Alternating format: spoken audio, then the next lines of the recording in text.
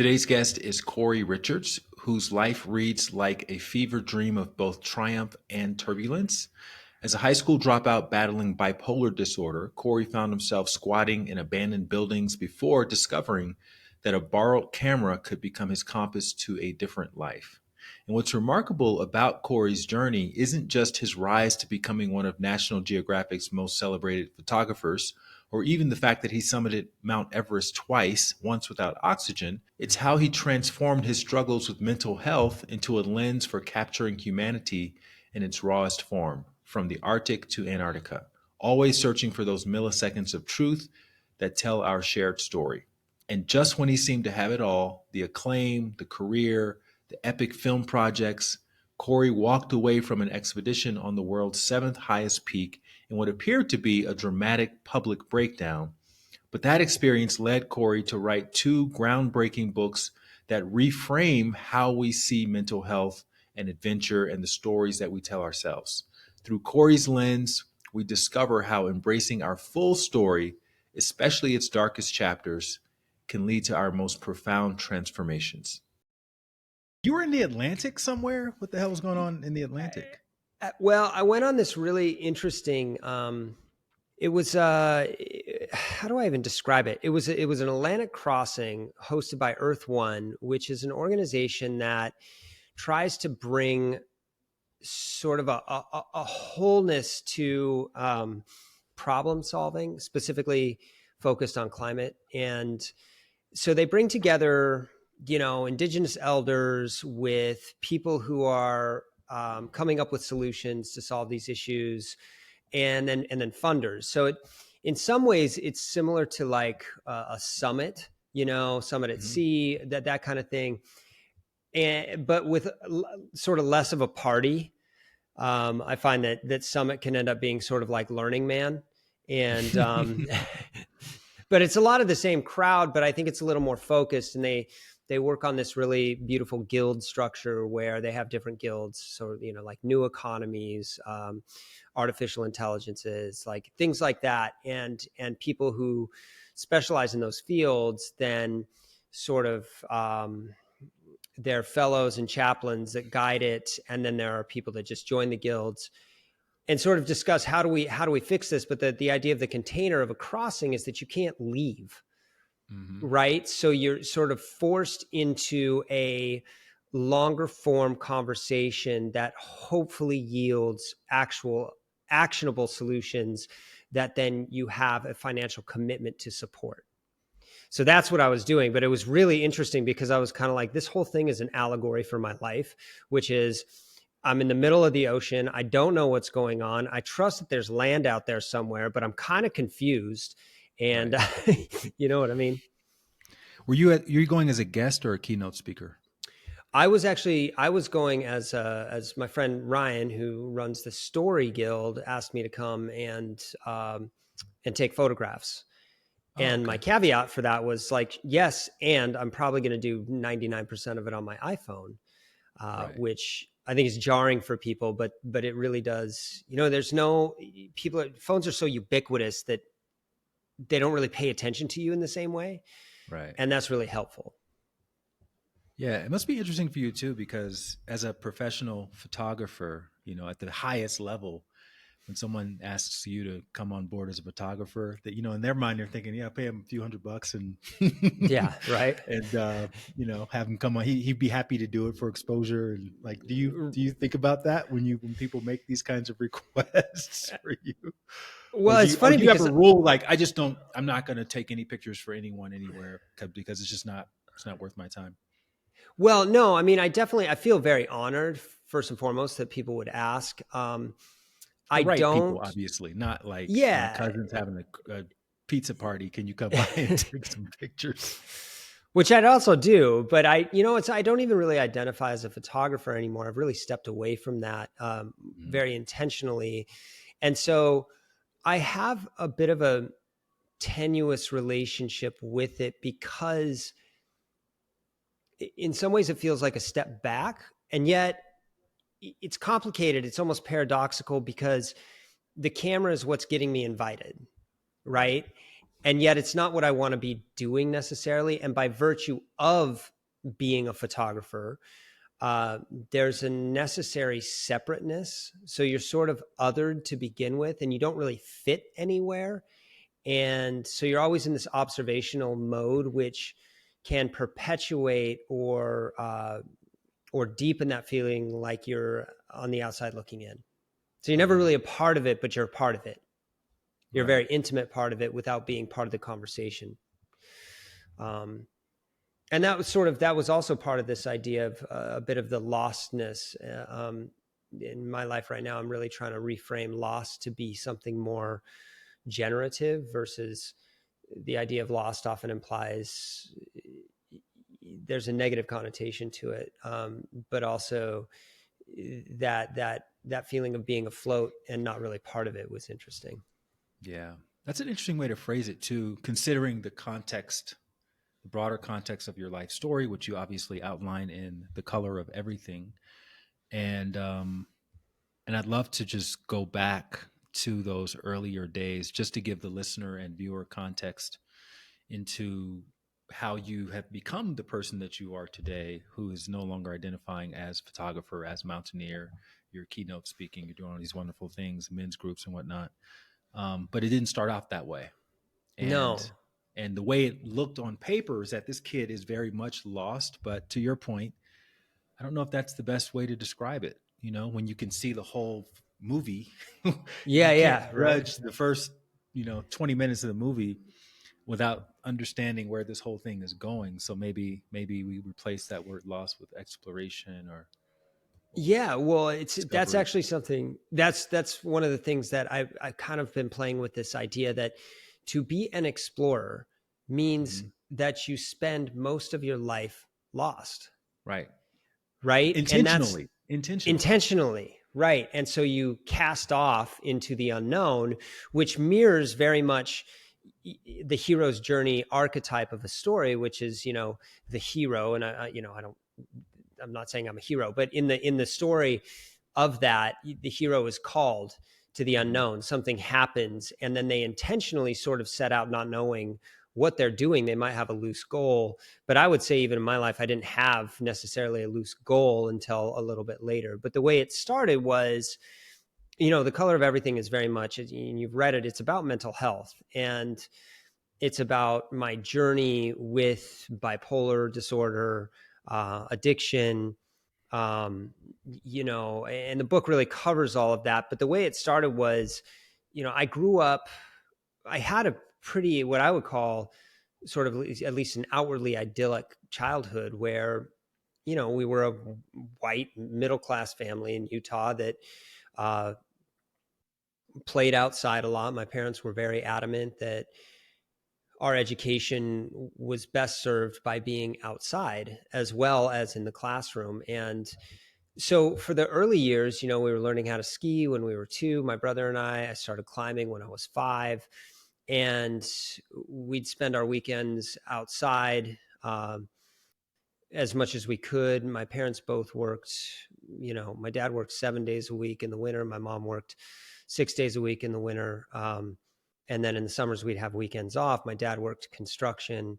And so it wasn't as if we were hugely privileged. It just, we never had money, but we had opportunity. And so that part of my childhood was really quite lovely, but there was immediately a sense of something was a little different with the way I functioned. I was a very, very hard baby, and so much so that my mom took me to see a psychologist when I was 1, which you can see how that already sort of starts to craft a narrative around, if you follow the traditional thinking, or even what we would refer to as the stigma of mental health, there was sort of the sense of brokenness or otherness. And that grew and grew and grew. And sort of as my brother moved into his adolescent years, he had a lot of anger. And I've sort of traced that back to insecure attachments, potentially related to postpartum depression. And then being 2 years apart, we did everything. We did all the same things. So there was this amplified competition between the two of us. And Mm-hmm. certainly as he got into his adolescence, there was, and I was very, very emotionally needy. I think there was a sense of, and by the way, I speak about this without any blame, or without any sort of negativity. I think he felt, and I don't want to say too much about his story, but I feel like he probably felt a certain degree of neglect, and the way that, but my parents were just doing the best they could, but the way that manifested was through violence. And he learned that if he, beat me up, he got attention. And I learned that if he beat me up, I got attention. And it just so happened that it put me in the victim role. And both things were serving a purpose. And for a lot of my life, I was like, oh yeah, my brother was this very violent person and there was this abuse, and that is true. And at the same time, I was very much feeding into it because I also understood that, at least subconsciously, that it was giving me attention. And at the same time, there was also a degree of neglect that I felt inadvertently that was like, well, why am I not being protected from this violence? How did it usually end? You mentioned many brawls in the book. Did you pass out? Did your brother were you he, bloodied? What was the I end mean, of it? there was blood. And there was blood and bruises. And I always say that, look, a certain amount of sibling rivalry and to some degree violence between boys is pretty normal. Yeah. It's not, brothers beat each other up, and it's part of the hard knock school of life. And I don't think it's necessarily always bad. Mm-hmm. I think there's some value to that. I think some people in the wellness community, especially, they're like, well, they give me pushback, but trauma is part of life, right? I think the thing that was really, really tough for me was the degree of rage that I felt from him. Mm-hmm. Um, and that was the scary part, right? But I also see that he was, we all come to the table with our own stuff, and Sure. to lay it squarely at the feet of him would, I mean, it's just an interconnected, interwoven family dynamic that manifests in a very specific way. Even when you're ticking all the boxes of like, this is look at this family, they're, all the things we said, there's a certain degree of cultural privilege. And yet, all of this is going on behind the scenes. And so, we were both gifted kids. We went to high school 2 years early, both of us. Mm-hmm. And then, because of this tumultuous home life that was getting more and more and more violent, I sort of went from a straight A student to dropping out. And um, then I was put in the hospital for, basically I just stopped going to school when I was about 13 years old.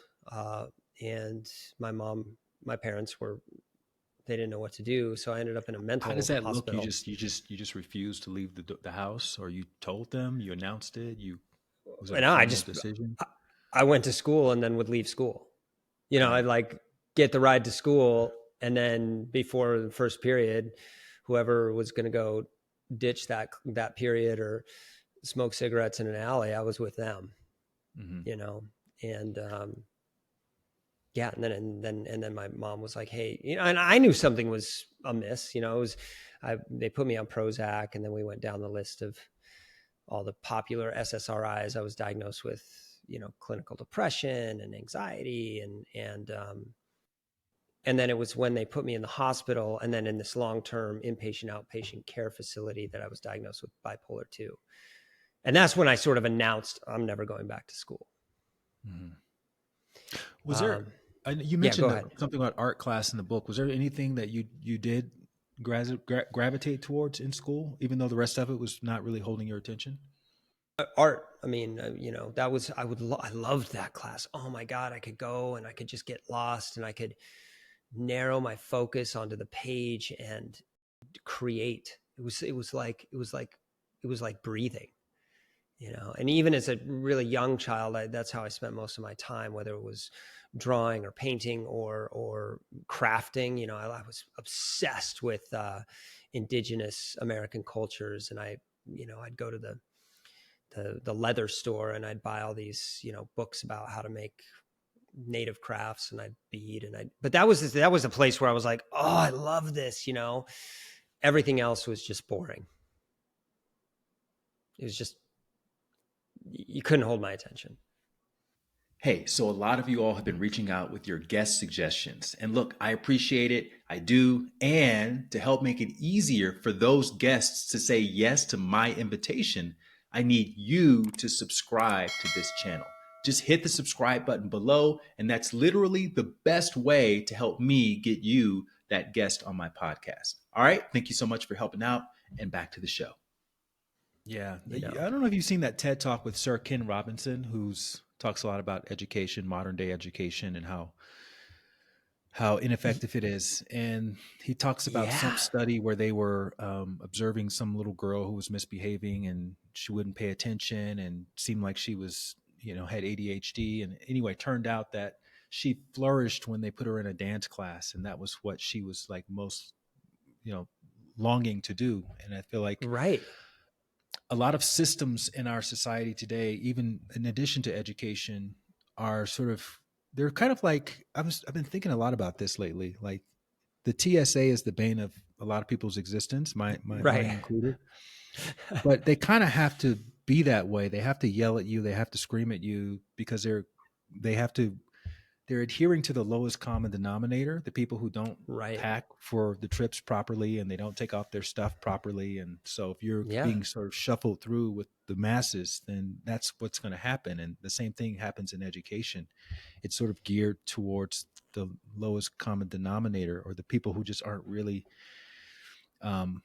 self-starting or able to gravitate towards anything in particular. But what ends up slipping through the cracks are kids who would thrive in certain areas of interest, like art or music or, science, but it never gets cultivated, and he's the one that says like, he's like our modern education school, or our modern education systems are basically breeding. They're like slowly blue collar workers. They rob children of creativity. Correct. And it's funny because I think about this a lot, because as a high school dropout, there's sort of this, it ends up getting celebrated in some ways later on in life, especially if you excel. I don't think that's quite the messaging.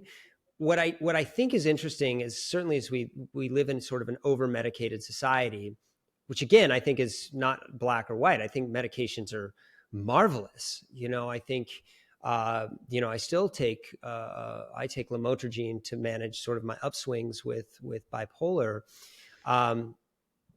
But it's so interesting that we have these kids and we're like, okay, sit down in school for 8 hours a day.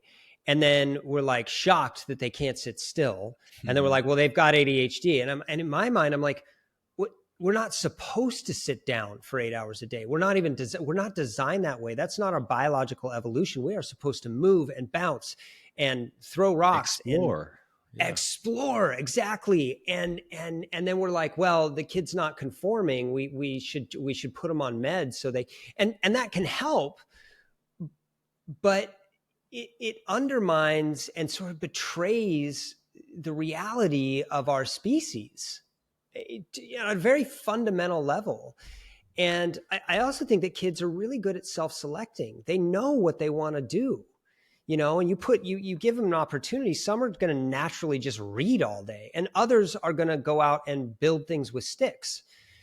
And some are going to dance, some are going to make art, some are going to, and sort of in a perfect world, like observing what these kids are naturally self-selecting towards would then predicate, or at least help us guide children into what their highest efficacy or output would be, And look, we're not going to have any shortage of people who want to go into finance, right? Like some people are going to be like, no, I want to make money. That's like, I want to learn systems and I want to, great. And some of those people are going to be like, I have an idea about how to invent something, and they're going to go on to invent Uber, so it's, there's something flawed about it. Since we're dreaming about the future of school and how that may or may not play a role with mental health, if you had a magic wand, Cory, I do. It's right and behind me. Yeah. now that you're in your 40s and you've gone through all of the experiences you've gone through, and we're going to get more into detail on more of those experiences, but if you could wave that wand and create a system that encourages the kind of exploration that you have been privy to in your life, but as a younger person, knowing what the struggle can be like for someone who would be labeled as disruptive, but also Mm-hmm. keeping in mind that most teachers aren't trained in how to nurture curiosity, right? Mm-hmm. Mm. Like someone like you, if you went back and taught elementary school today, Mm-hmm. having had all the experiences you've had, been on top of the world, literally, and everything, you could probably pose questions, tell stories that would just have the kids captivated, Mm-hmm. right? But I would say the majority of teachers probably haven't even done much exploration outside of going to university and learning how to be a teacher. And Mm-hmm. so they're facilitating these sort of memorization exercises and, essay writing exercises and grading based on grammar and structure and things like that. And do you know the capital of Montana, which is not Yeah. exactly getting kids to where Helena.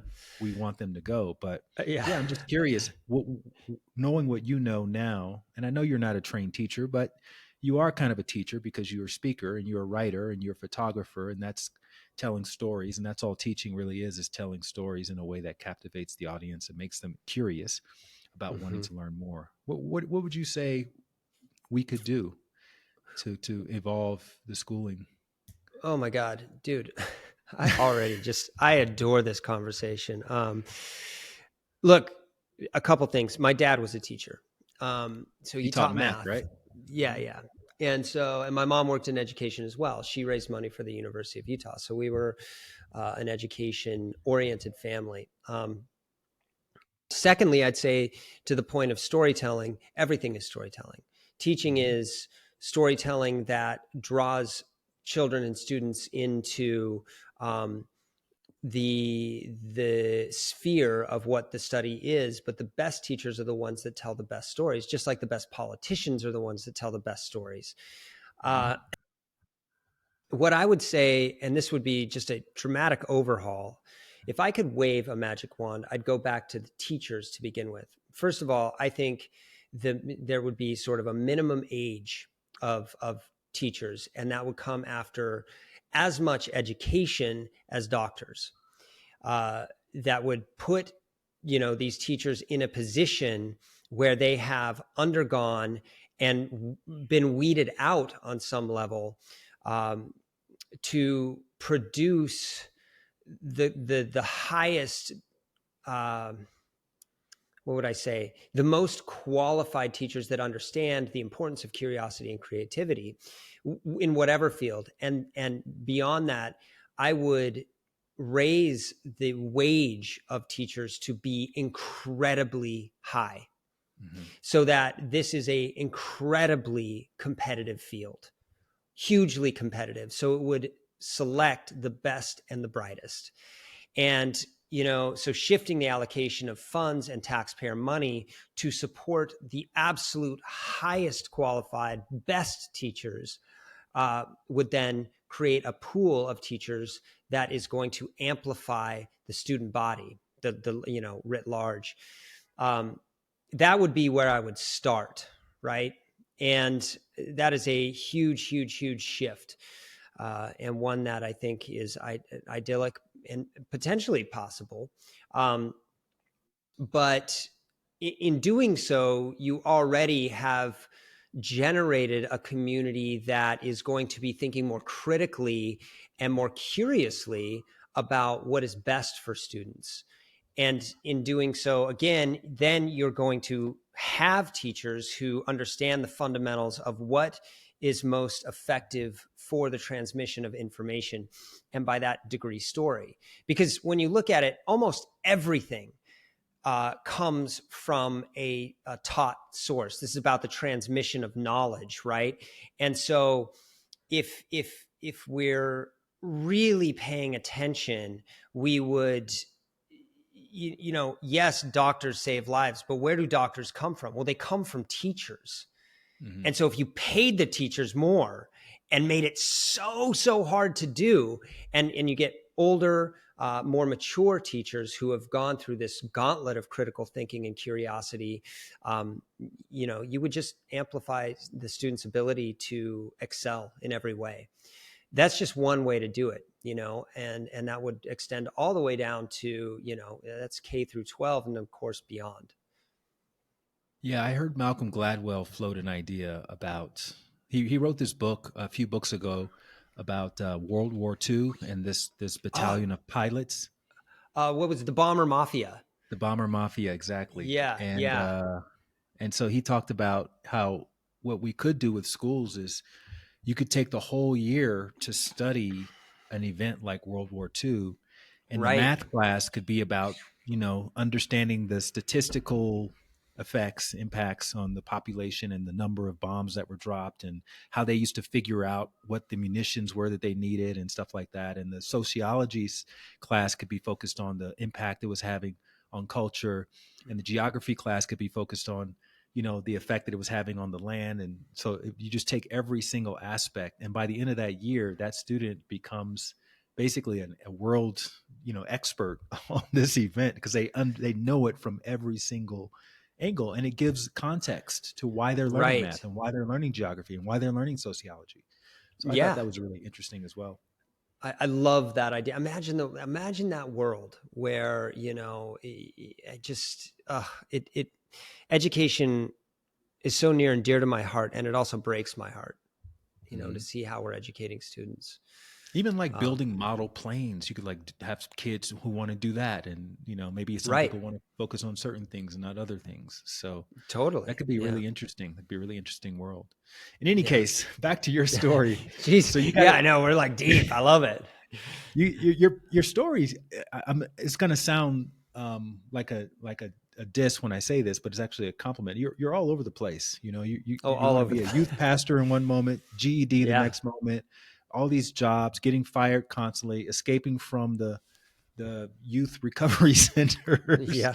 I mean, there's so much in there. And so my question for you, because I've interviewed a lot of people who've written memoirs, and I'm always fascinated by how people remember all these little. I couldn't remember anything from my earlier life, and you have such a vivid recounting of these experiences that you've had. And I know that when you're emotional, that causes you to remember certain things. But I'm just curious And what forget your certain technique things. was. Did you go through old photos? Did you keep a journal? Like, how did you recall all these moments?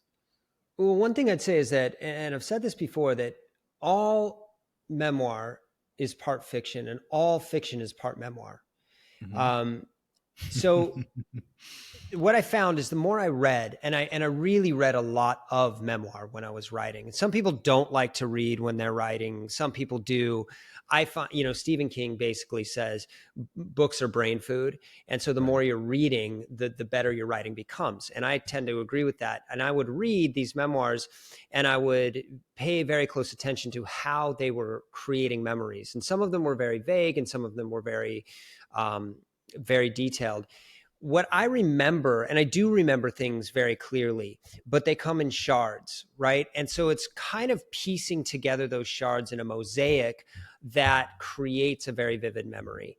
Um, and so, you know, whether or not something happened exactly like I wrote it is less consequential to the idea that I know all the pieces are factual, but how it exactly happened is less consequential. The other thing that I really tried to focus on was not just what it looked like, and I think a lot of times um, writers tend to go too deep on the specific detail Hmm. versus the entire sensory experience. What did it smell like? What did it sound like? What did it feel like? What was the um, and feel? I mean, touch. And because we're having a complete sensory experience in any given situation. So I tend to, I would close my eyes and try to remember things. And there were some things that were vague, and I'd ask my parents and I'd go back and look at photos. But for the most part, it was just pulled from those shards and then put together, as best I could. But again, I say, like a lot of memoir, it's almost hard to call it historical unless Mm. unless it's somebody is writing a biography, because our memory is inherently flawed, right? Hmm. There's all sorts of studies that, show 2 minutes after an event, somebody doesn't remember whether the person had hair, glasses, what color they were wearing, and they just create it out of their, and it's so influenced by suggestion too.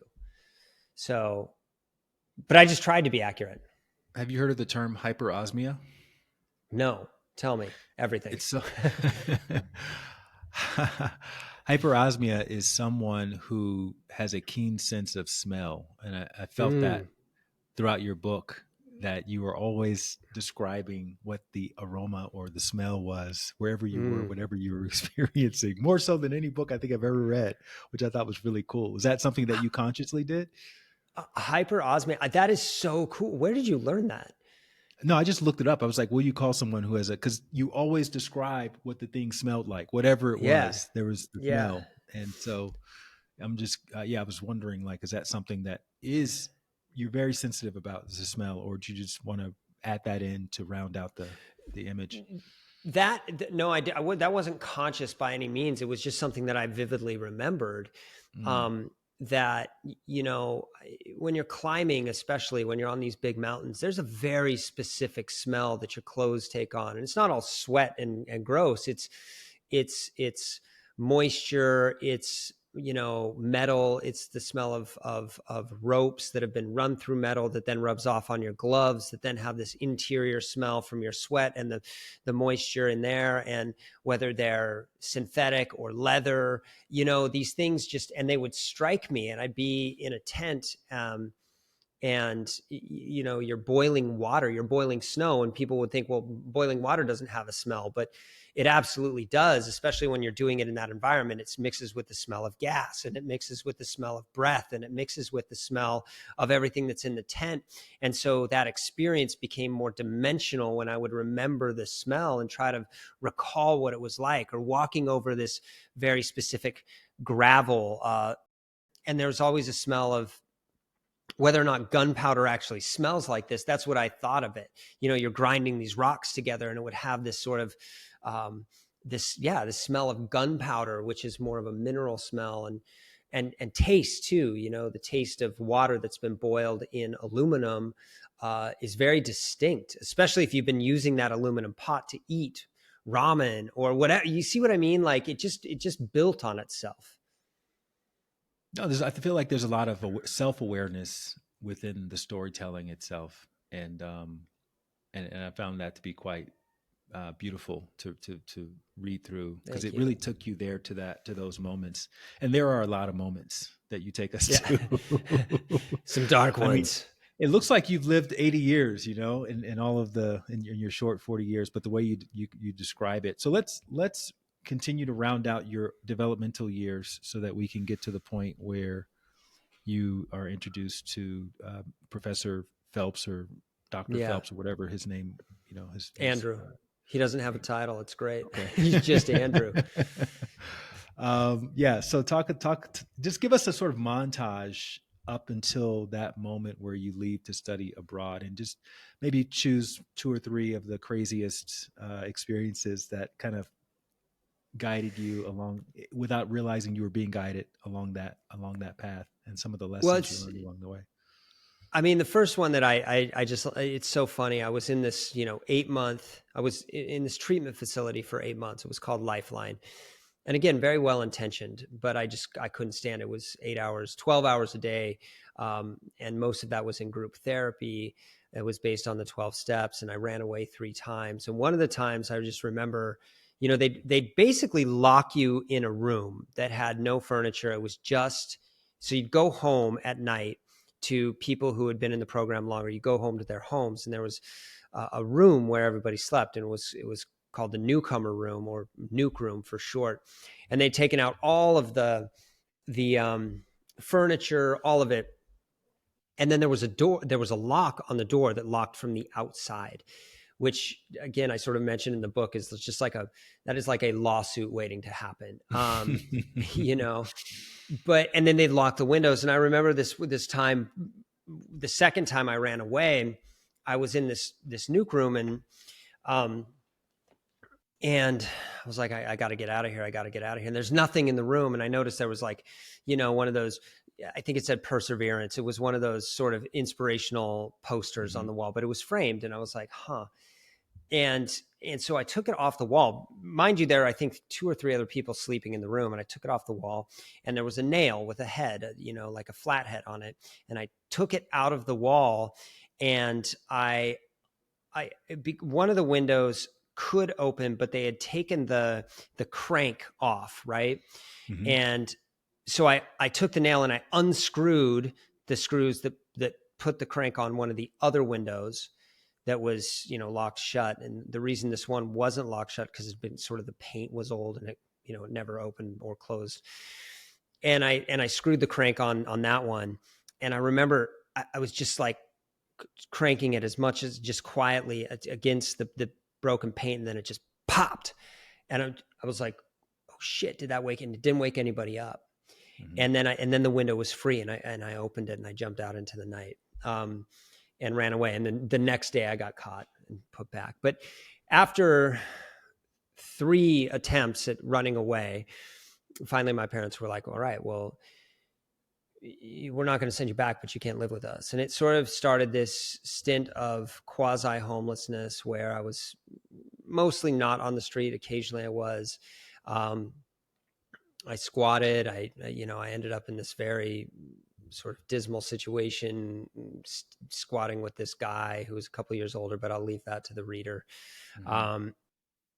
And then I ended up living with family friends. They took me in. I got put back in the hospital. And it was then that my parents were like, what do you want to, like, help us help you? And I ended up living with my aunt and uncle in Seattle. And it was there that,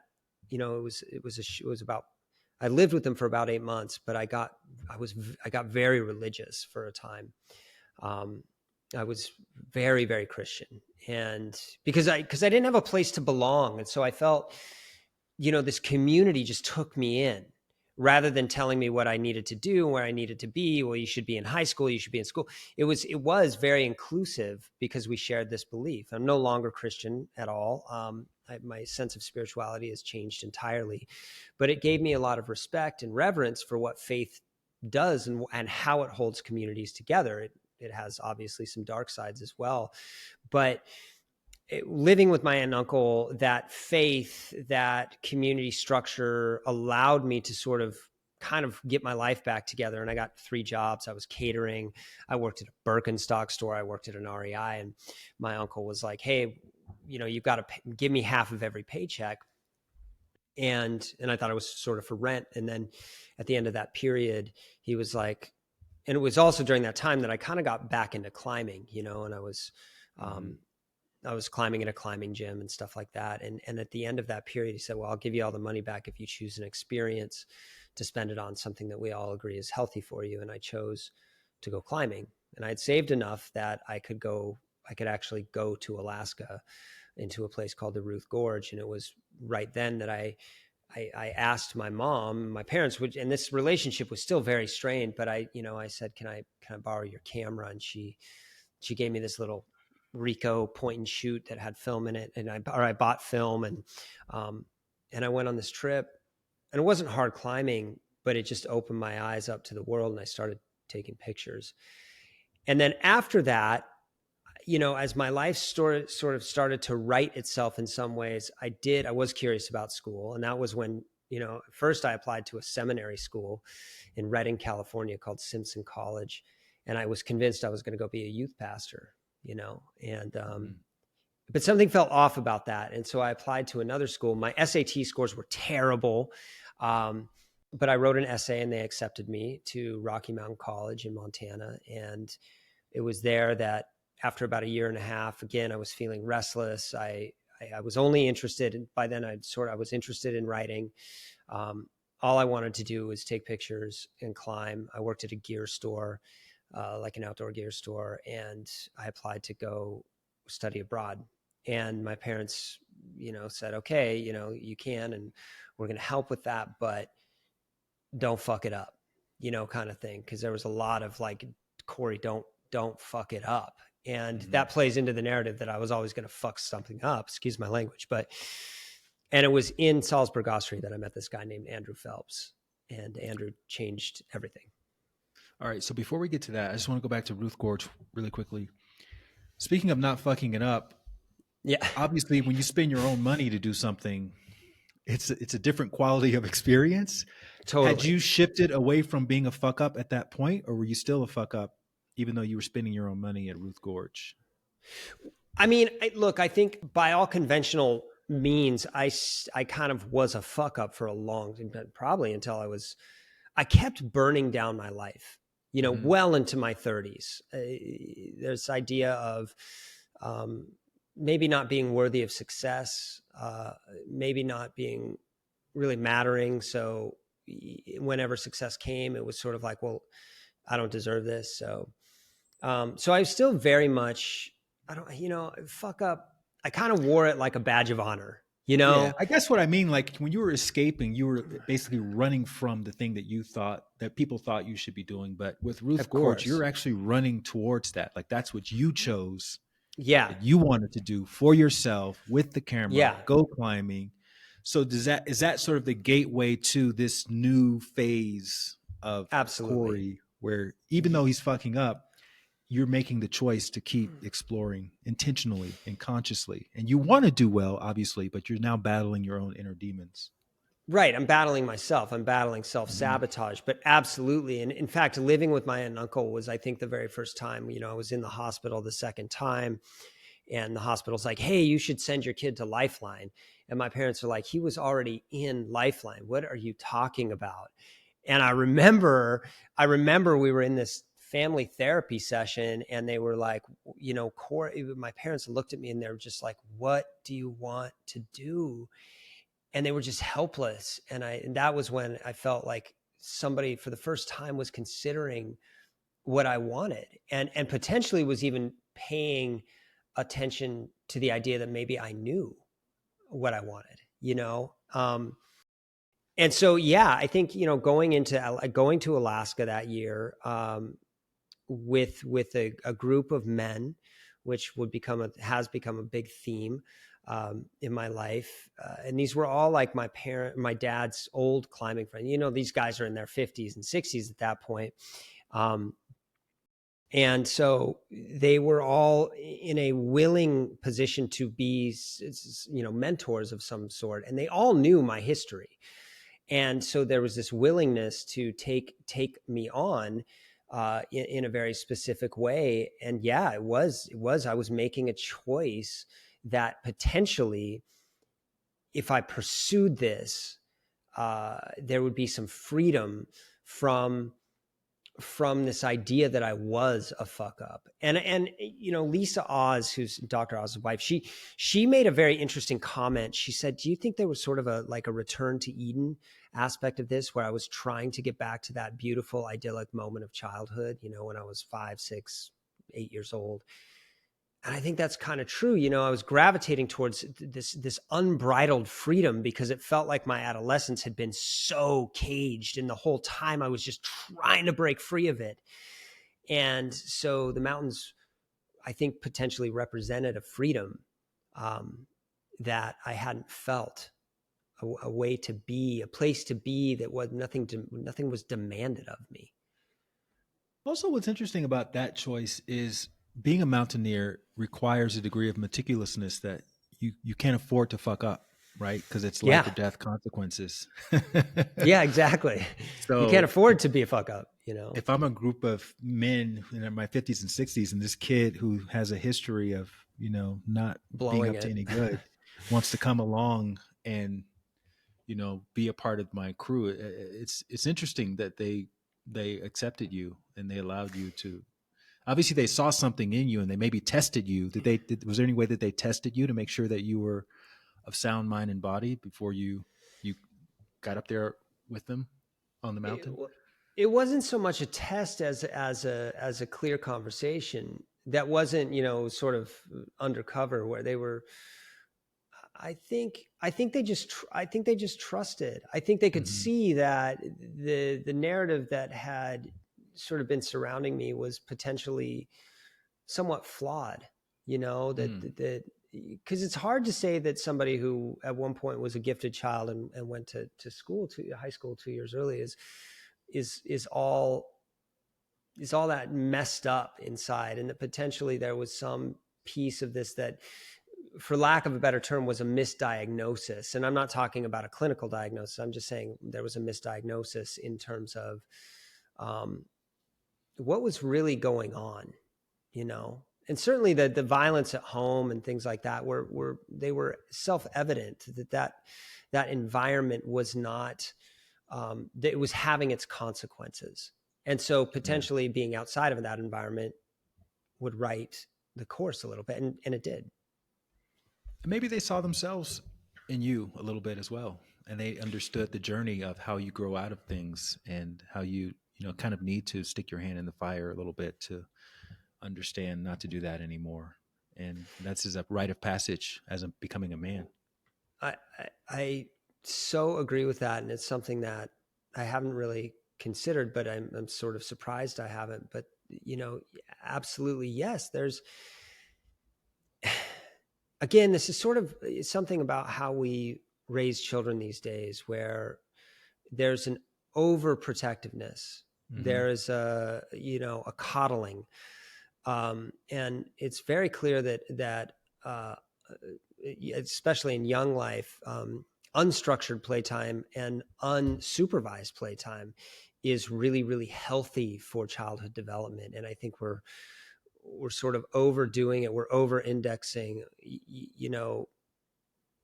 I don't want to say the attention to emotion, because I think that's really important, but we're over indexing the safety of our kids. And I think this is just my opinion, but I think you're absolutely right. You're hitting at something where, kids need to burn their hands on the stove. Not necessarily literally, but there is real value in learning real world consequence. And there's no better place for that than in an environment where, like you said, there's really no room for, it's a very playful environment, but it's also a very high consequence environment. And and yes, it was supervised in that they were there with me, and guiding in some ways, but not, but we're all in it together. And I also found that the adults that I paid attention to, the adults that I listened to, and this is something that I really, really wish I saw more in parenting, is the adults that I was really happy to engage with are those that treated me as an equal. Even though, Mm. yes, you're not an equal, but you are. Your personhood is equal in value. And when people would speak to me as an adult, even though, obviously I wasn't, um, I listened to them. Whatever they said, I would take on. I would take on that wisdom, because there wasn't sort of that condescension that can even come through sort of an over care. Well, let me tell you what's best. No, no, no, don't do that. No, no, like that can come from a place of care. But these guys were like, okay, no, we're going to go do the thing, and we're, and that's going to teach a lot of lessons. Hmm. So going back to Salzburg now, speaking of which, what are some of the things that Andrew Phelps taught you that enlightened you and made you curious about wanting to pursue photography more seriously? Man, you're so good at this, by the way. You really are. Thank you. You really, you're great at letting it go and then bringing it back. I just want to say that's, you're really good at it. Andrew was a guy that, again, he just treated me like an equal. At the time he was so much older. I think I was 19 and he was probably 35. He felt so much older, right? Right. But what he was a fine art photographer. So the way he made pictures, I took photographs and he made photographs. Right. And there was something so much more intentional and slow about that process, and the idea of noticing the world in a more, dimensional way and a more holistic way, and slowing down uh, and engaging with the curiosity, rather than the way I describe it in the book is I was just all about like catching moments as they fell past me. And he was like, okay, what happens if you slow it down and you notice the world in a less fantastic moment and make something beautiful from it? And that opened my mind in a very big way, because the way that I think that evolved is I started noticing what certainly there were still moments of climbing where you're just taking a beautiful picture. But what I started to notice is that I was really more excited about the emotional expression that came with the action, and sort of the stripping bare of the human experience that climbing necessarily did, because you were in a fundamental act of survival. And so how people were relating to those environments through their moods and what those expressions looked like, again, this wasn't conscious necessarily. I think that's what started to happen, because there was there was a more observational, more voyeuristic component to it, versus like just grabbing the chaos of life as it fell past me. He was, man, Andrew, and he's still a dear friend. And I can't say enough about this guy.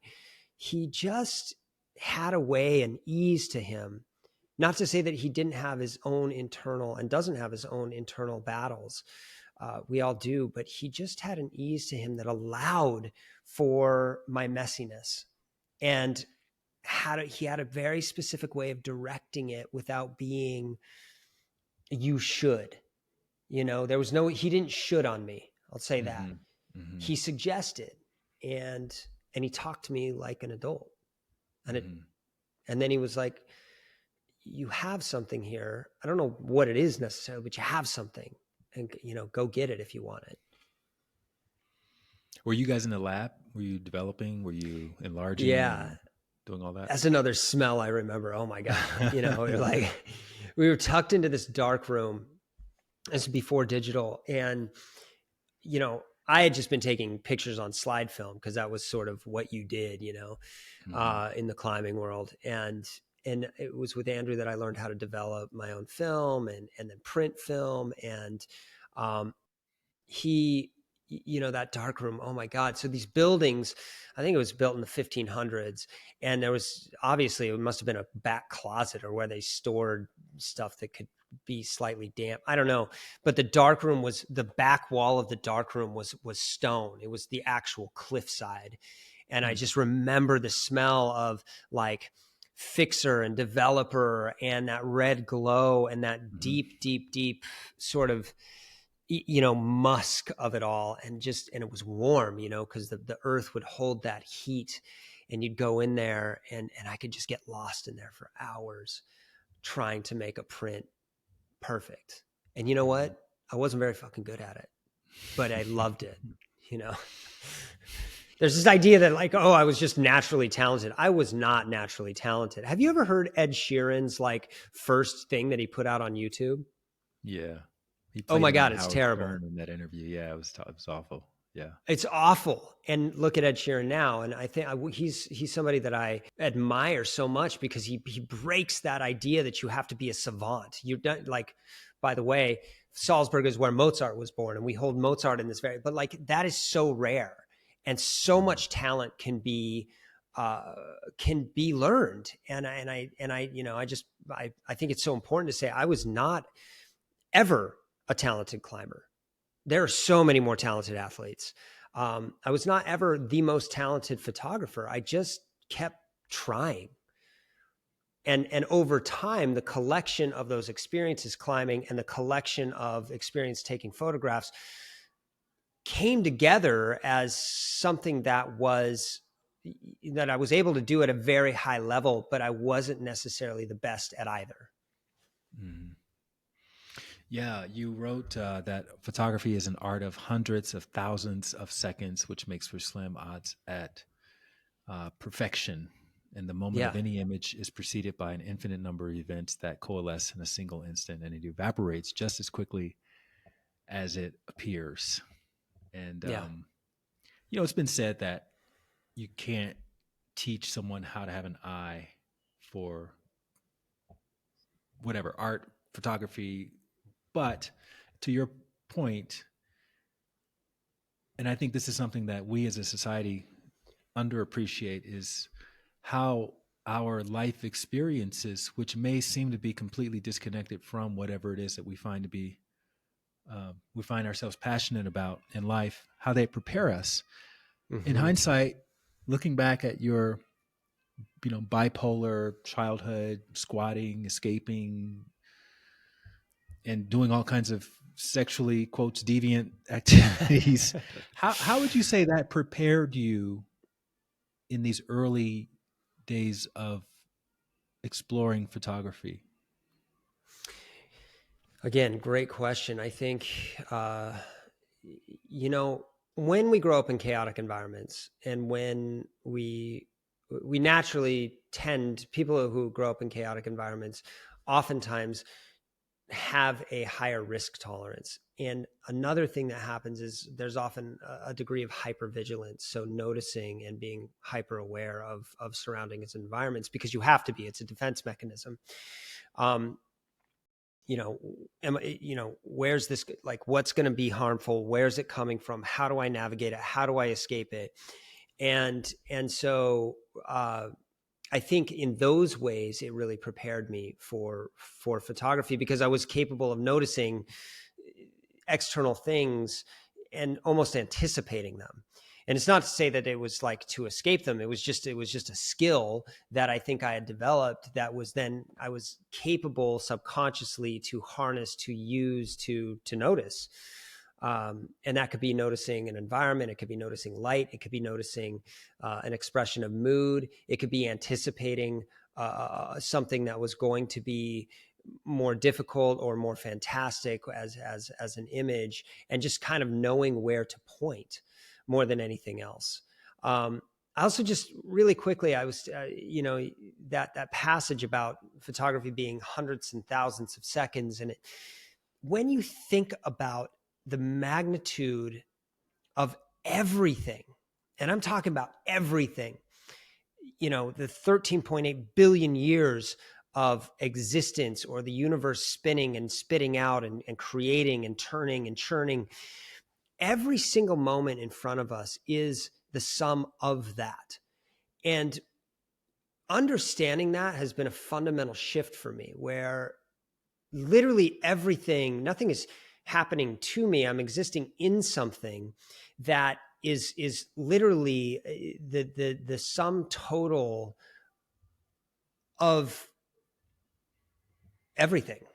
Mm-hmm. And that is a monumental, it's so big that it's hard to really internalize. It's more of a conceptual thing, but when you can internalize it, and it becomes like, oh my God, and the reverence for that. And I think potentially, I don't want to give myself too high praise, but I think on some level I understood that.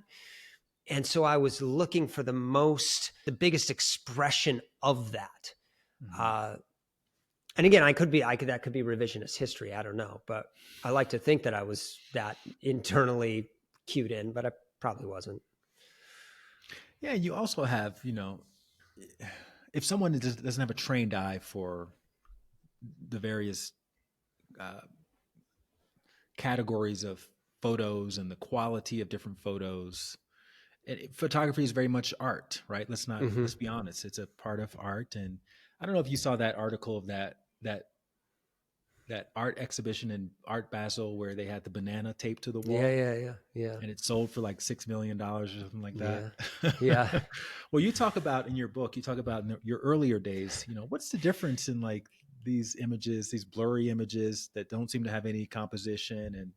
And so Andrew Phelps kind of schooled you on this. And I think it'd be interesting for the listener to just understand from someone who has operated at those highest levels, what those differences are in those. When we crack open the copy of National Geographic or Life magazine or something like that, what are we looking at? Like, why are these photos selected over any other photo that that could have been in there?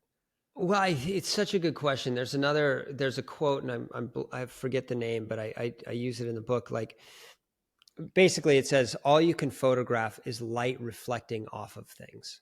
That's all a photograph is. It's a reflection of light bouncing off a collection of atoms that have come together in this very specific form. That's it. And that's also huge, right? And again, I don't want to be too esoteric about it, but like the difference is, at least the way I understand photography is, I think anybody can be a decent photographer once they learn the principles of composition, light, just the sort of the technicality of it, right? You can make a good photograph.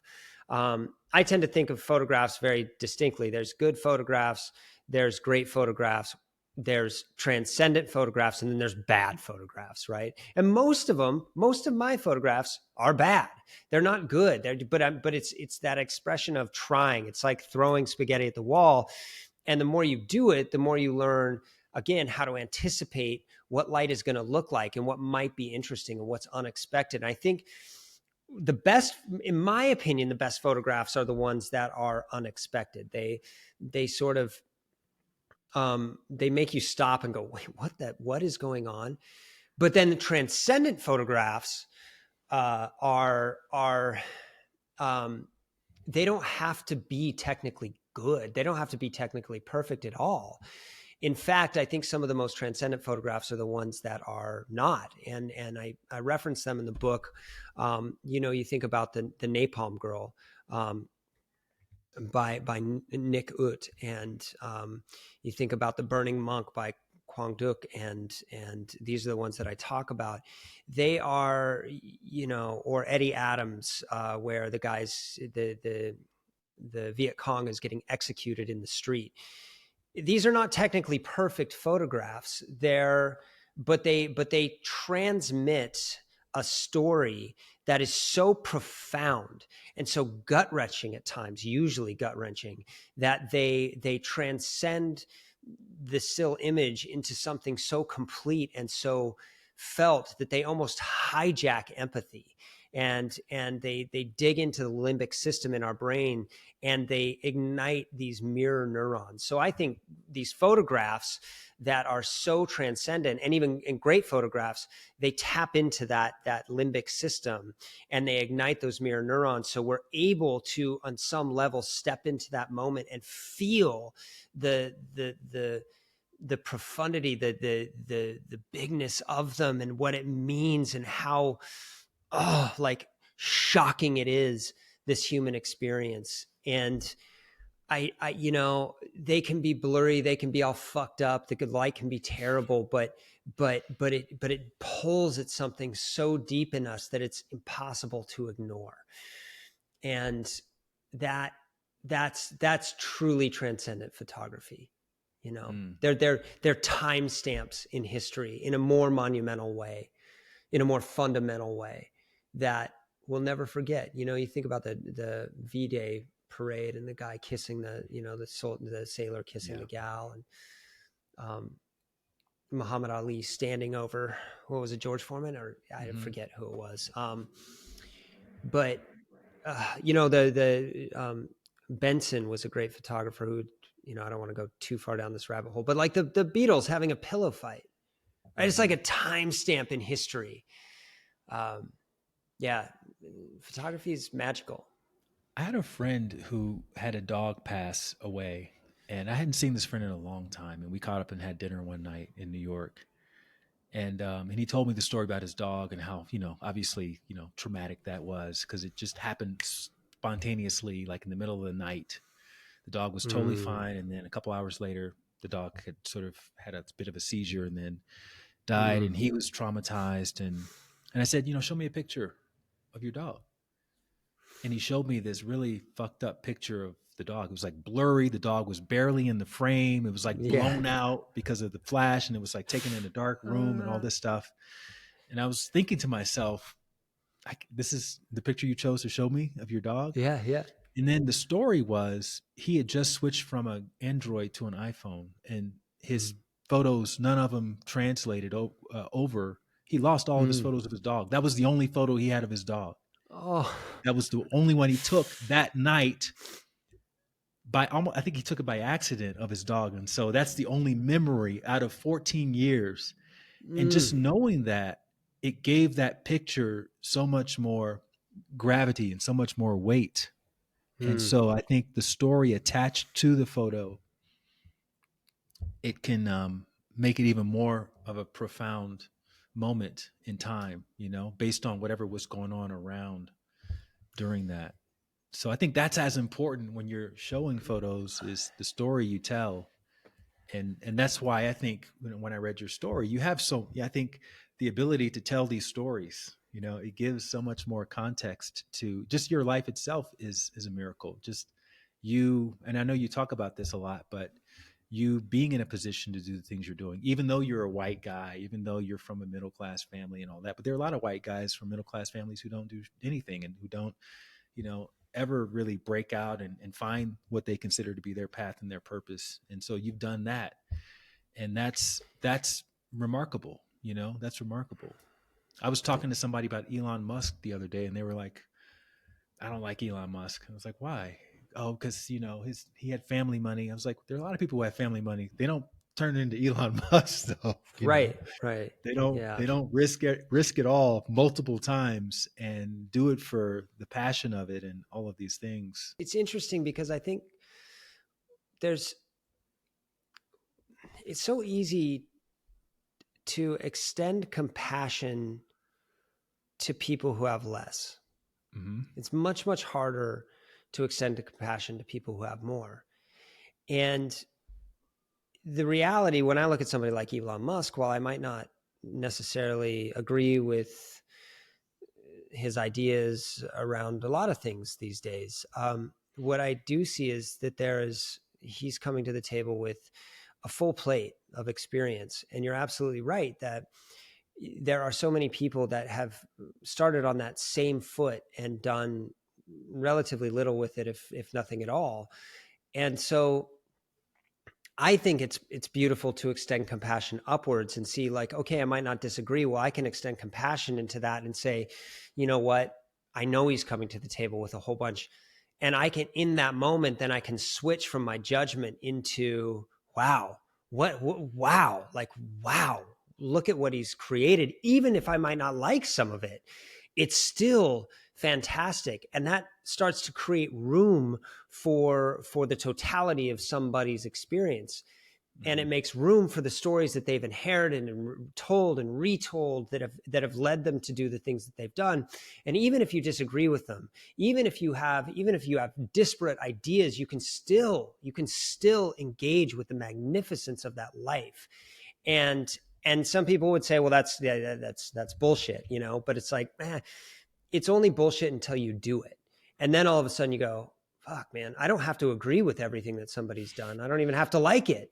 Mm-hmm. But man, I can appreciate what they've created. Mm-hmm. Despite this color of their skin, where they come from. That, I think that's necessary. Those conversations are really important. And it also can get really in the way of extending compassion in every direction. Yeah, and like you said before, that's kind of a lazy judgment to do that, to pick that apart. Because what you're ultimately doing is you're excusing yourself from being bold. Let's just be honest, right? That's what people are doing. Yeah. You have an opportunity to be bold, and you're excusing yourself from it by putting someone else down who has been bold, based on certain characteristics that they, may or may not have had a choice in. And so, that's it's not helpful. It's not helpful. It doesn't do anything. Yeah. I love that you said that. It doesn't inspire either. Like, when you're around your friends and your family, and what's inspiring is, I had all these severe mental health challenges and I still did it anyway. And it was hard, and, I still did it anyway, and I cheated and I still did it anyway. And I, wanted to quit every day, but I still did it. Like, that's what's more interesting. And that's why people write books and come on to podcasts, is to share those kinds of stories. So, yours is an example of that in my eyes. And there's still, again, there's so much to dig into. We're not even hitting on the tip of the iceberg of your story. There's too much. But one question I want to ask you about your photography career is, in having all the experiences you've had, and then in traveling, you've traveled all over the world. You've been in all these what quotes third world countries. Mm-hmm. I would call them advanced societies because they're still doing things in the very basic ways, which are the more sustainable ways. Mm-hmm. Because we think we tend to think in our Western society that mental health is just how things are.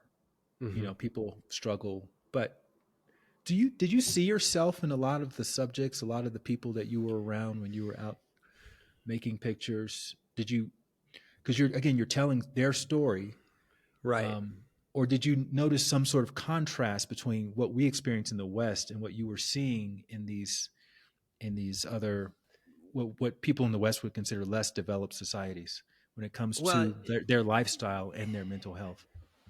well, it's a yes and it's both things, right? Where I'm noticing the shocking contrast.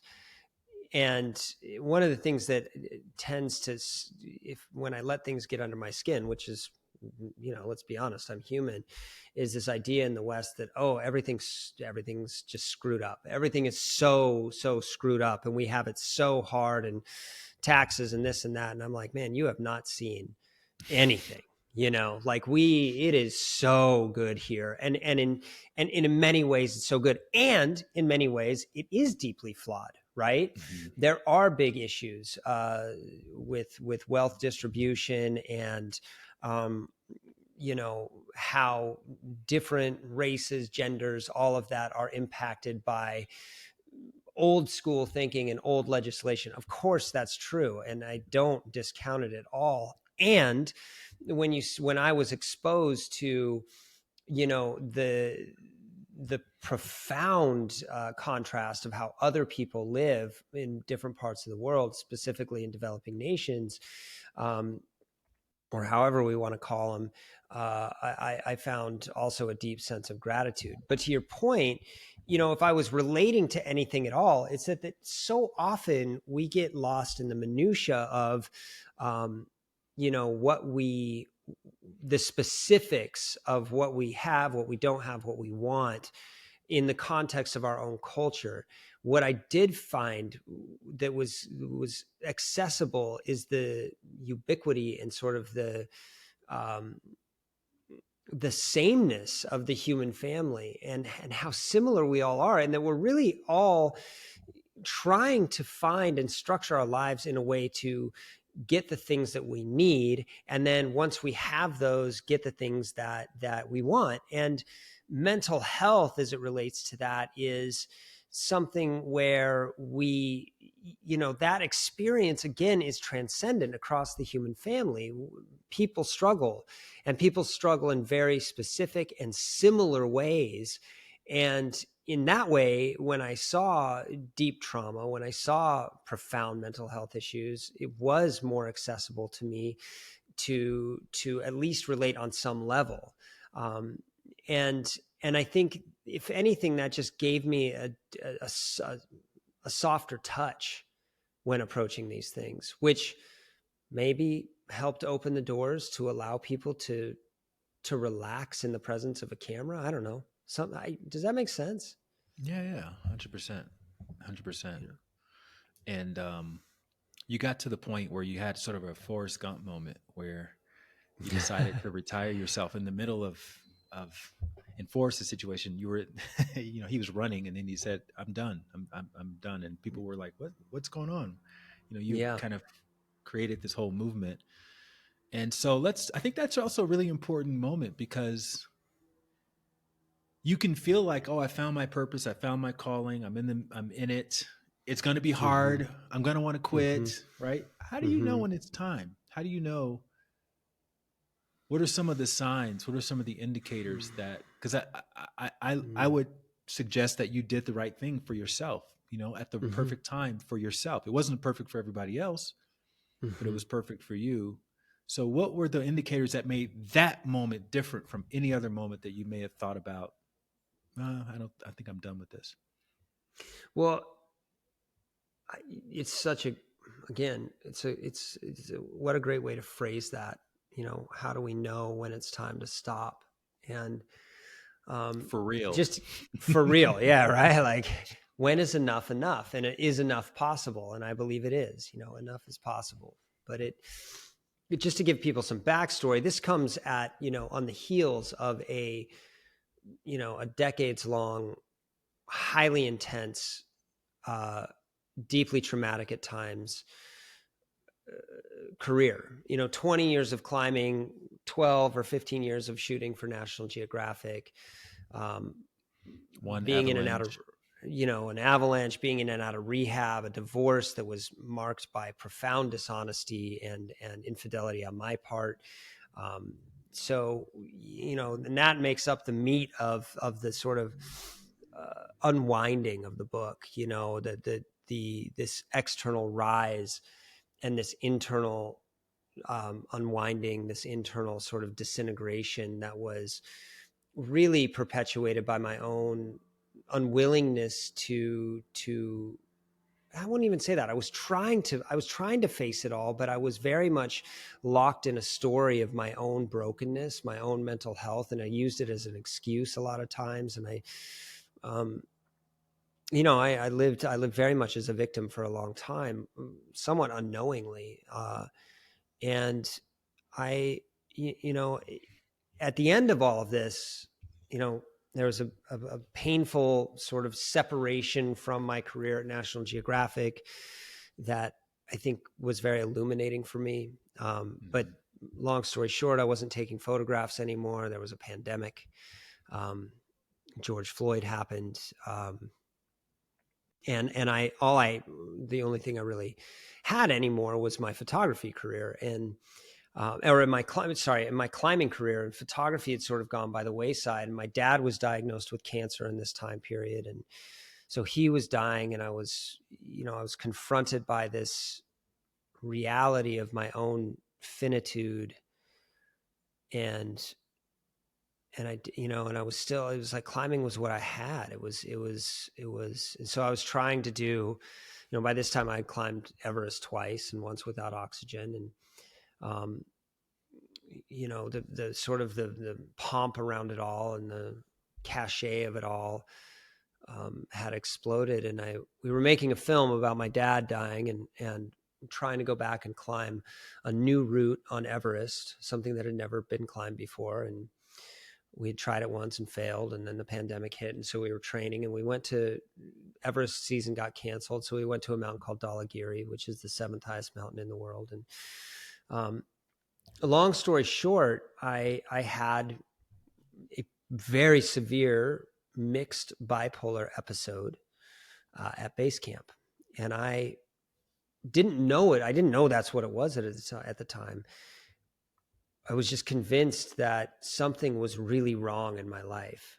And I walked away. I walked away from base camp. I left, and, there's hundreds of thousands of dollars invested in the film. There's, we're in the middle of nowhere, and I literally had a breakdown, and that nobody really saw at the time.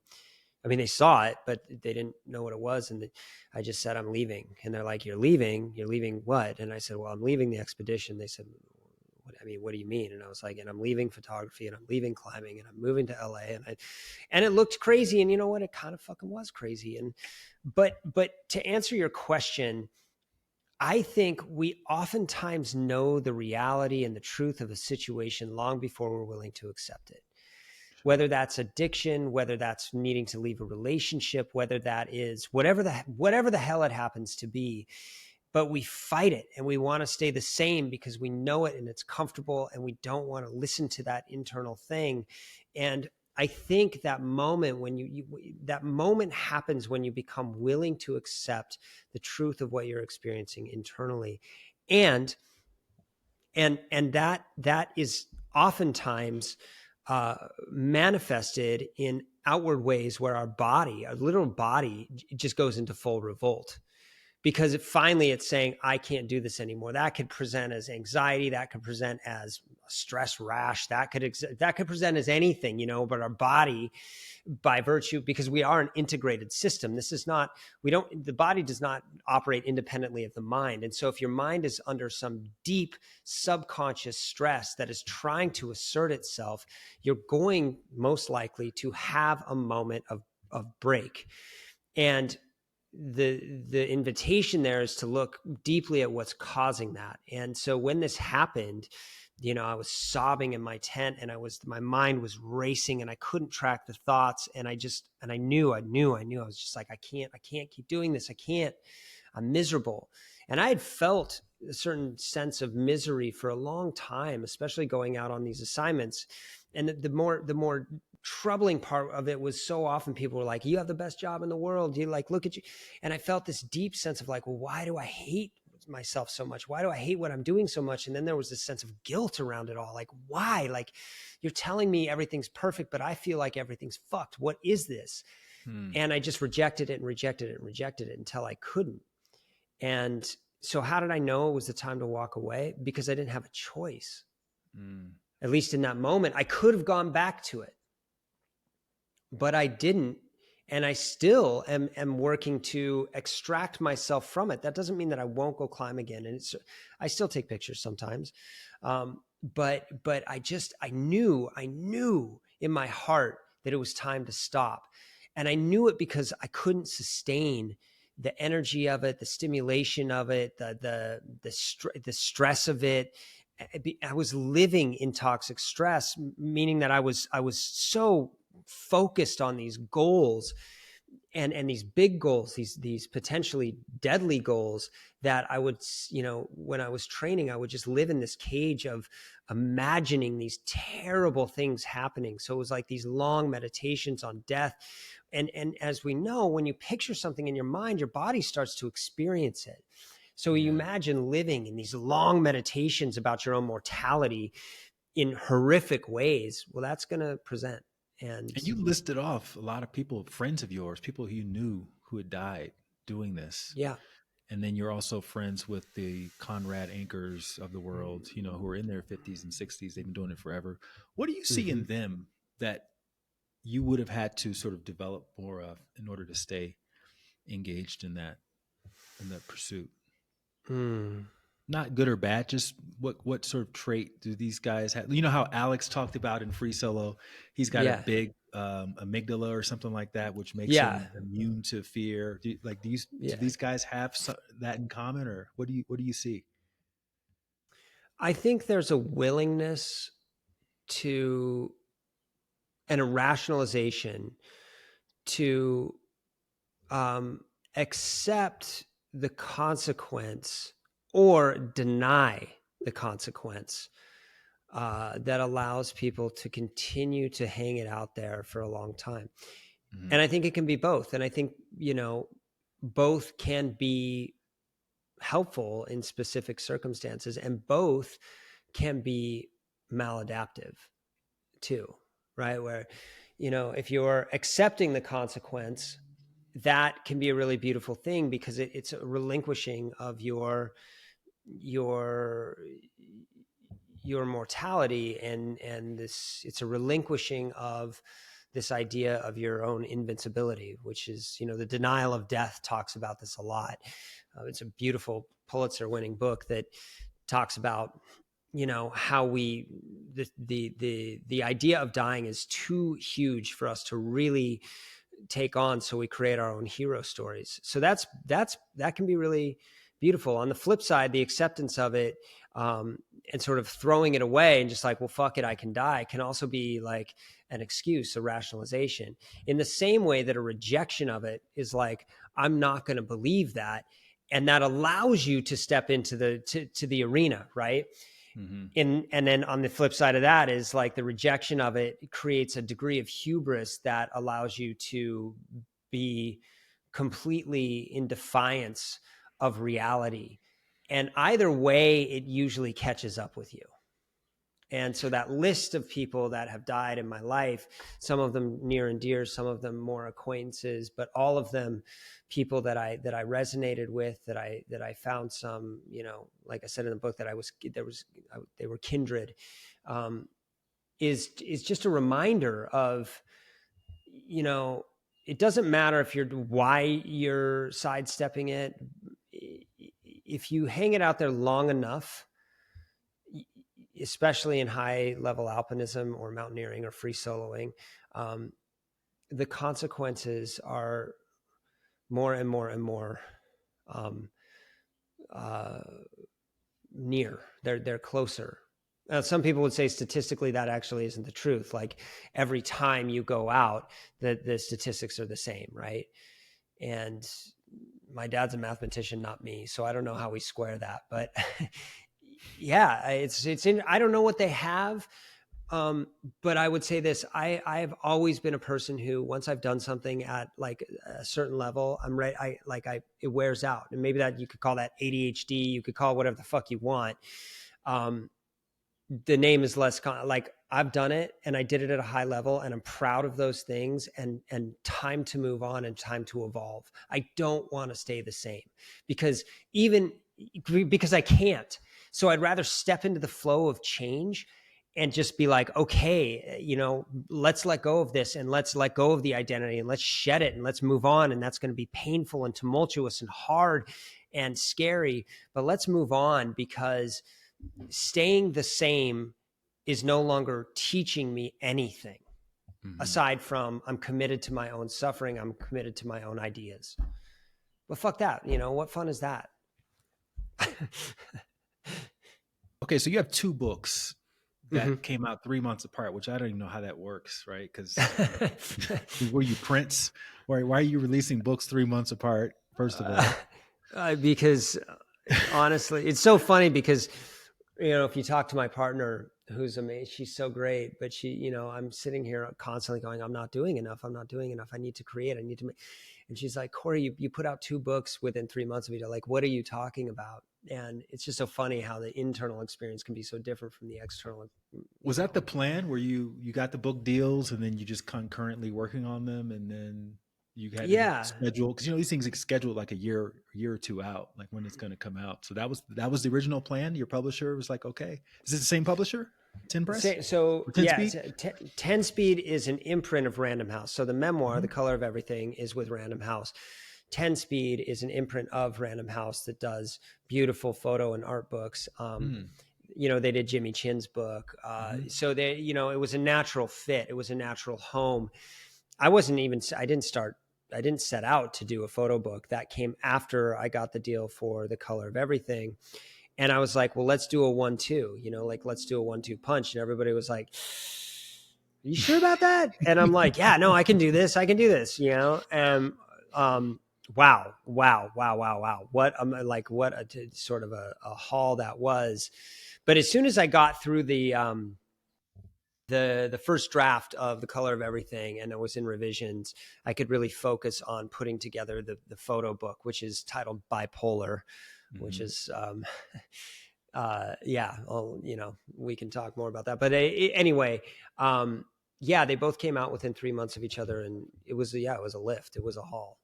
I noticed that the style was kind of the same too. Like you would list your age in Bipolar, and you write like in present tense, but you also project onto the future.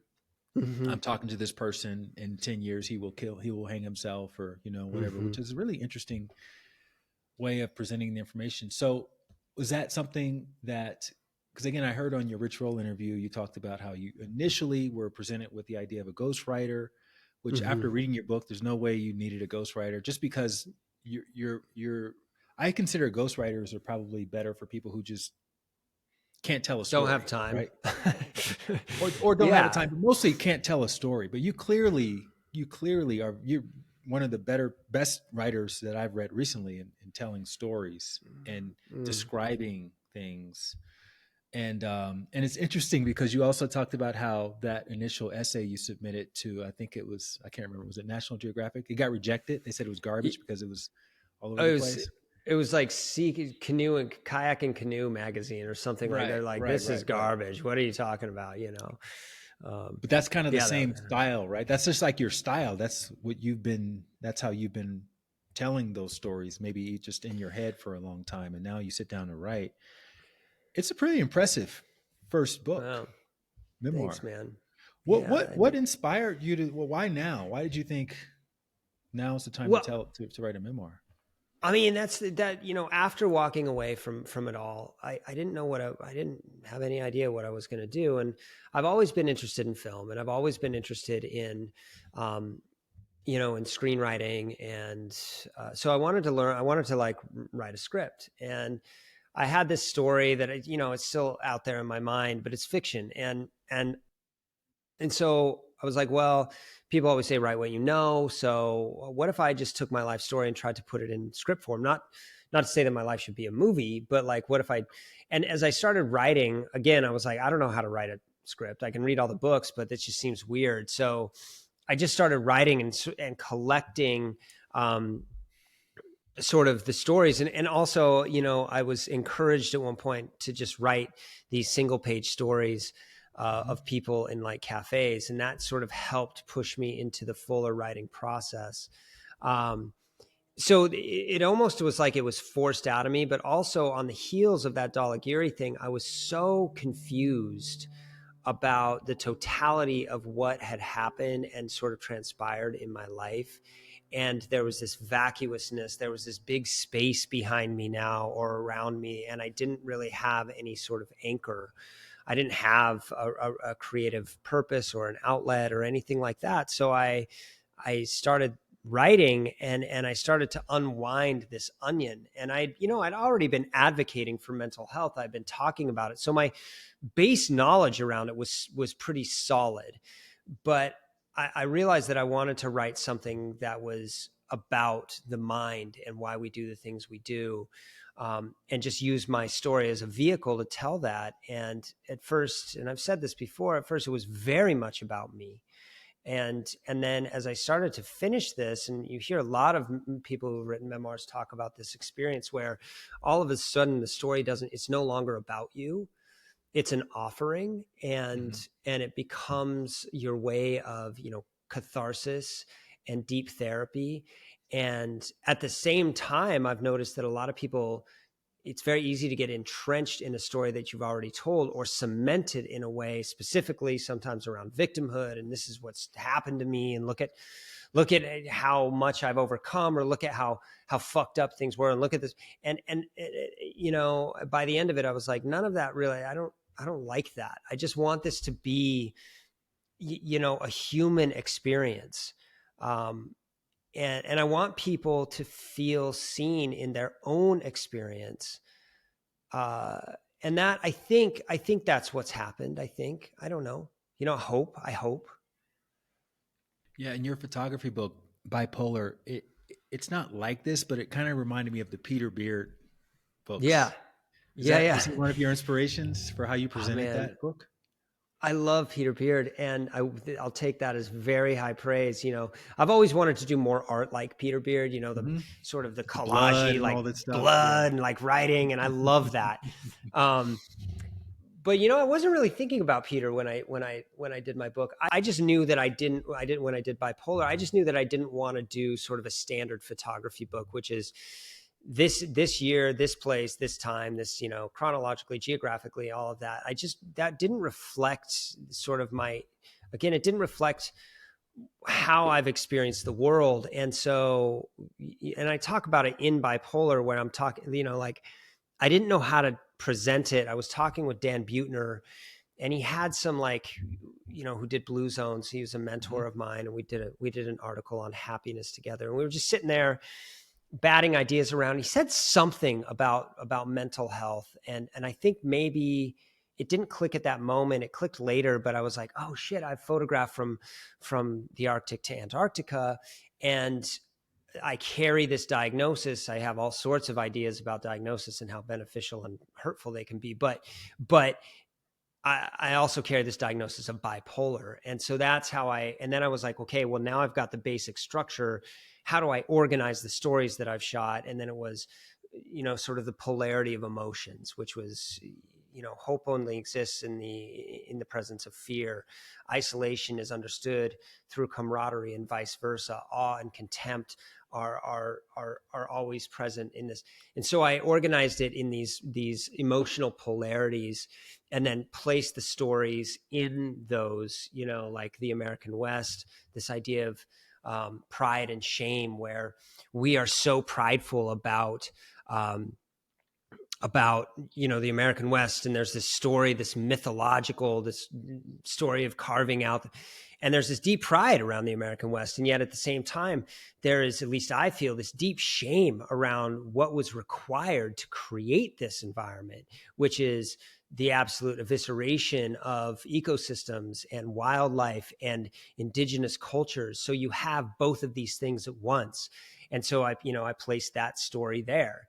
And awe and contempt, looking at the Okavango Delta in Africa, in Botswana, and how 70% of this water that feeds into the Okavango Delta and creates the sort of this ecological jewel of Southern Africa comes from the Angolan highlands. And the Angolan highlands have been deeply affected by this 30-year civil war. And so much of that water has been kept safe by all these landmines that are in the ground. So you have this deep awe and reverence for the wildlife and how beautiful that is and what it's great. And yet at the same time, you have this humanitarian crisis that has killed and maimed people, and yet is keeping this thing safe. And so that's how I wanted to organize it. And that's how it kind of came out. Mm-hmm. Hey, really quickly, if you like this content or if you don't like it, let me know down in the comments, because your likes and comments are going to help me learn what you want more of. And then that way I can keep bringing you the good stuff. All right. Thanks so much for your feedback, and back to the show.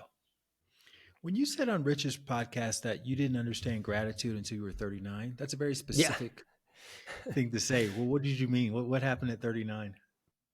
Well, first and foremost, I after Dalagiri, and I was deeply depressed, still in this bipolar sort of tumult, and I did ketamine, my first foray into psychedelic therapy, and it was odd.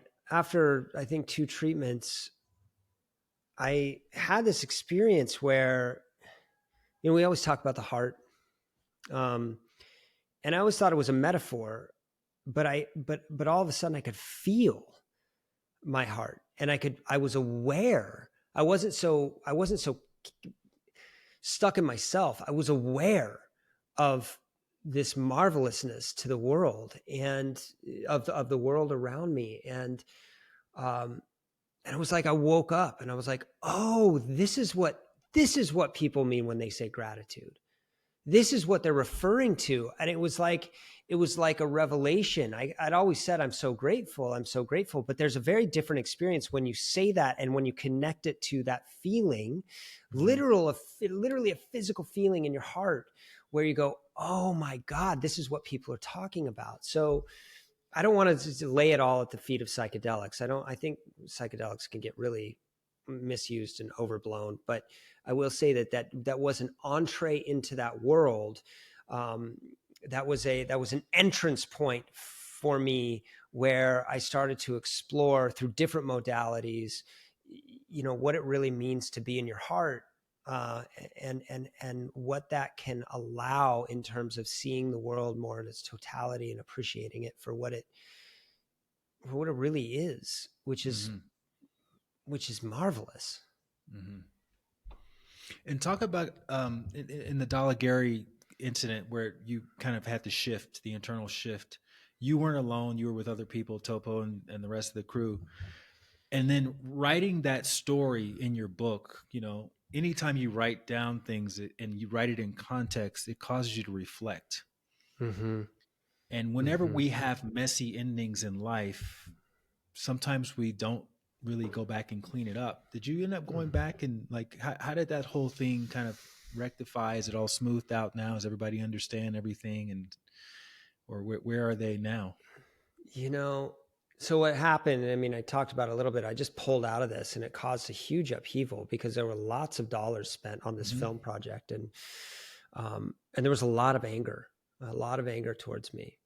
Um, and, cause I'd walked away from my climbing partners and I'd walked away from a filmmaking partner, Tommy, and man, there was some kickback, and that really fueled the depression that I was experiencing. And at the same time, it was so clear why they were so angry. Uh, I would be angry. It was confusing because it was a mental health thing, but Hmm. it was also confusing because it would be easy to just use mental health as an excuse, right? And and so over time, I think Topo and Carla really they understood it more total more in its totality. Um, I think, and I don't want to speak too much for them, but I think their the initial reaction of anger they look back on and were a little bit like, oh yeah, I see it a little differently now. Um, I have deep love for them and I understand all of that anger and I take full responsibility for the situation as it was. And I really understand it. We're not necessarily close. I don't think that is it's prohibitive of being close in the future. I don't even think it's prohibitive of going climbing in the future. But Tommy and I haven't reconciled it, and I don't think that either of us necessarily feel a need to. But I will say this: he is so talented, and he became sort of like a brother in that filmmaking process. And so my deep hope is that we will find our way back to each other as friends because um, he's really meaningful, and he played a very big, significant role in a very significant moment in my life. So, you know, but again, I don't think either of us need it, and I think that it's just laid to bed in a way that if it stays that way, it's okay. In the same way that, like with my brother, people always want to know, well, what happened? Do you guys close? Well, we're not close, and my hope is certainly someday, like we will be. But also, holding on to this deep need for people to be okay with who you are, oftentimes is a trap, and it's I just try to focus on the love that I have for them and be okay with whatever eventuality happens. What's your relationship like with success these days, having had all the experiences you've had? It's so weird because I've never really viewed myself as wildly successful. I think from an outward perspective, it would be very easy to be like, "Oh, you were so successful," and I know, like, objectively that's true. What I'm very clear on is, like, you can get all the praise in the world, you can get all the success, and you can get all the money in the world, but that doesn't necessarily, quite often, has the inverse effect on leading you to your happiness. Because, and this has been something that's been said for thousands and thousands of years, it's the most ancient wisdom ever, but, like, none of that can make you whole. Hmm. None of it can make you whole, and it feels like it does, especially when you first get it. All the accolades, all the attention, all the love, which is not love at all, it's just attention. And so I'm cautious of any time there's a success. I'm certainly, like, almost disregard social media numbers. I mean, they're interesting. They're sort of, they're metrics, right? But it's very easy to be like, well, this got, there was a reel with Rich where we talk about triggers, and it's got 3.5 million views. And Hmm. um, that's interesting, I think. But what's more interesting about it is not how that makes me feel, because I know in some ways that's very hollow. What's interesting about it is why why that's resonating with people. And so shifting the lens of success to, why is whatever I'm doing having an impact versus the success is filling me up, uh, I think is a meaningful inquisition. It's a meaningful curiosity. It's a meaningful journey. Um, it's success is weird, and it really it has probably 8 billion different definitions, Hmm. and, today I got up and I cleaned the kitchen, and I went and worked out, and I saw, three dear friends at the gym, and did this workout, and I came home, and I got my girlfriend some flowers, and I'm doing a podcast with you, and I'm having a meaningful conversation. That's success. Mm. I win. I win. That's enough. And certainly, could I have more money in the bank account? You bet. Do I want more money in the bank account? Of course I do, right? Like, but being able to have coffee on a Monday at 3 p.m. with a friend is success. Hmm. Um, being able to quiet your mind to some degree, that's a success. I've got my men's group tonight, and I'm going to go and I'm going to sit with a group of guys that I care deeply for 3 hours. And I'm not going to talk because, now I'm more in a position of facilitating some of these groups, and that's a success. So it's all about reframing it to understand that getting to come home and focus on a person you love, even if it's just one, or your dog, that's success. And it's a Hmm. beautiful thing. Lovely. I love that. I love asking that question because I just love hearing all the different, like you said, 8 billion different answers on what Yeah, success is. yeah, And it yeah. also depends on the day you ask somebody, Um, Totally, your totally. I keynote mean, speaking now. Oh, go ahead. what does sorry, like, how do most people define it? Is it kind of around that same structure, or like, I'm just curious.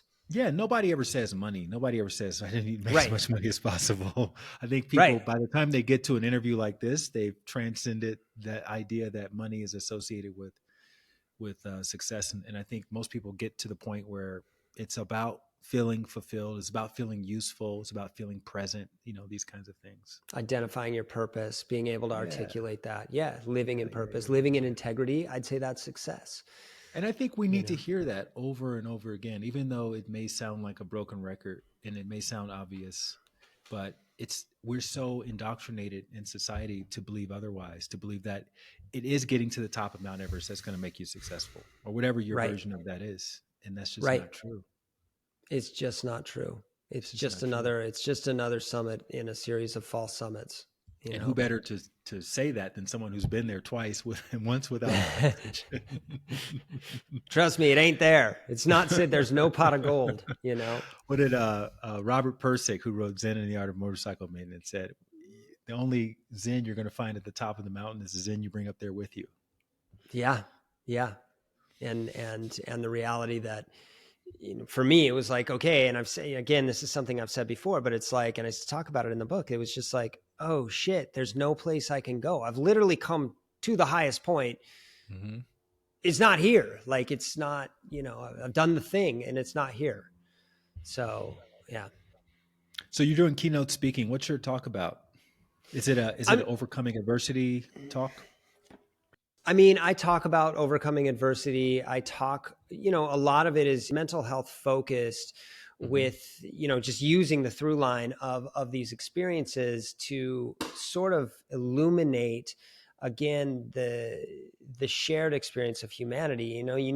We always talk about a hook, and I always sort of remind people that crisis is the point of growth. And um, when we can step into that fire with some level of awareness and willingness, that's generally when we start to actually change, when there's genuine, true transformation and lasting transformation. So it's about overcoming adversity. It's about shifting the story of mental health into a celebration of neurodivergence that allows us to experience it more holistically, and sort of the idea of we can turn these hurdles and these struggles into tremendous gifts if we're willing to embrace ourselves in our totality, and lean into what that requires, and lean into that honesty. But yeah, it's risk and reward, and overcoming obstacles, and overcoming adversity, and what internal leadership looks like, and how we, I don't like the word happiness, but how we live more fulfilled lives.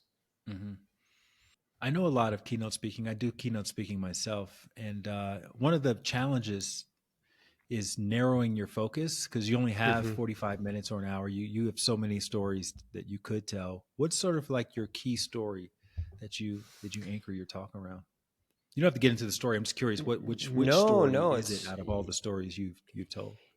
again, it's not one, but the story that I'm actually talking about is story itself, right? And that, like, Mm. so I use a collection of stories to lead people through this idea.